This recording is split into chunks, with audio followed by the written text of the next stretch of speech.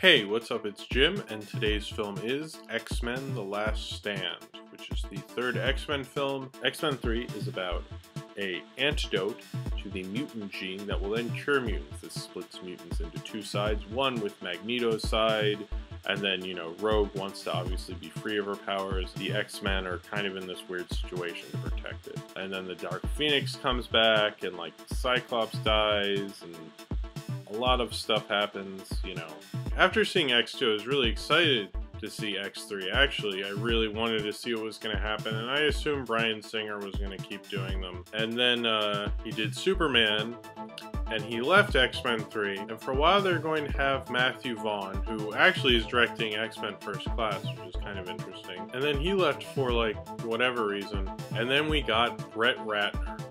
So right when I knew Brett Ratner was directing X-Men 3, I knew this was not going to be good.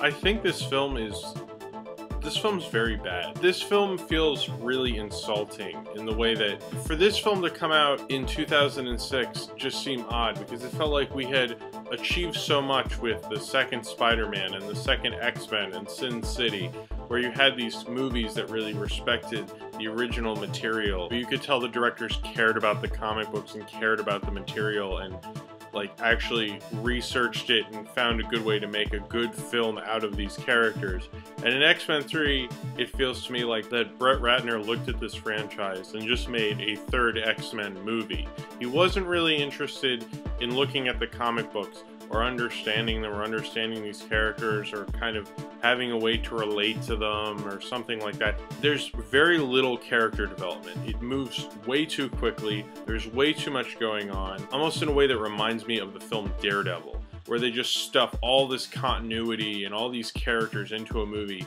and they're like, hey, we're gonna have all this fan service. Look, you fans should be happy. We brought your characters to the big screen. When we watch X-Men 3, it's like we were going back to the world that X-Men 1 came out in. Why are you doing this to these characters? Why aren't you letting us spend any time with Wolverine or Storm or Rogue or any of them?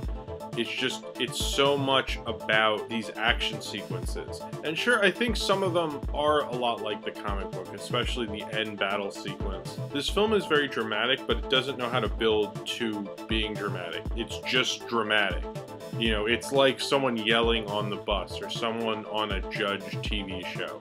They're not interested in telling a story. They're interested in getting your attention by how shocking and amazing this is. Professor Xavier is killed, and then we're gonna have the Dark Phoenix, and then we're gonna have this, and then we're gonna have that, and it's not competent storytelling. And I think in the second film there's way too much going on.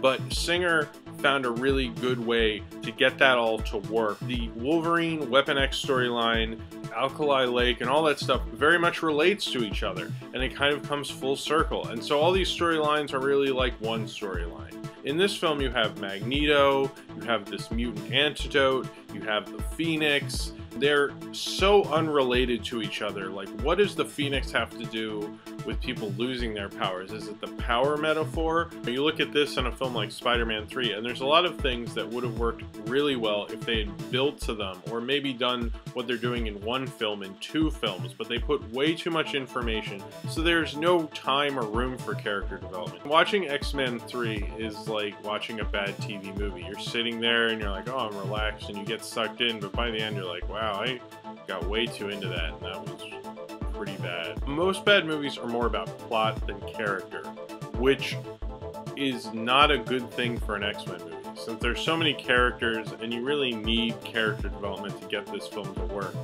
And having this more about this plot, which didn't really connect. I mean, the whole Magneto storyline works with the antidote. I feel like that should have just been it if you're gonna make this movie, and not put in the whole Phoenix thing. The Phoenix thing just felt like a bizarre distraction, and I don't think Magneto really knew what to do with the Phoenix. It just seemed like, she'll do something.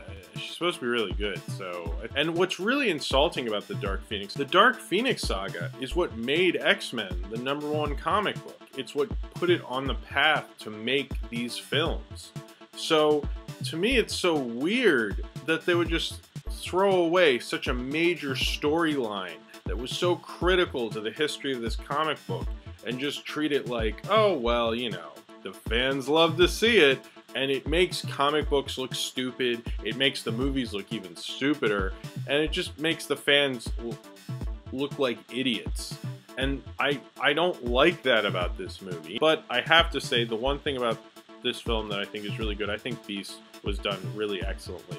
And Kelsey Grammer as Beast is just inspired casting. I mean, that Matthew Vaughn also casted him before he left, and that was a really smart move. They should have known better. Fox should have known better. The producer of this film should have known better. I mean, maybe in some ways, this isn't the worst X-Men movie.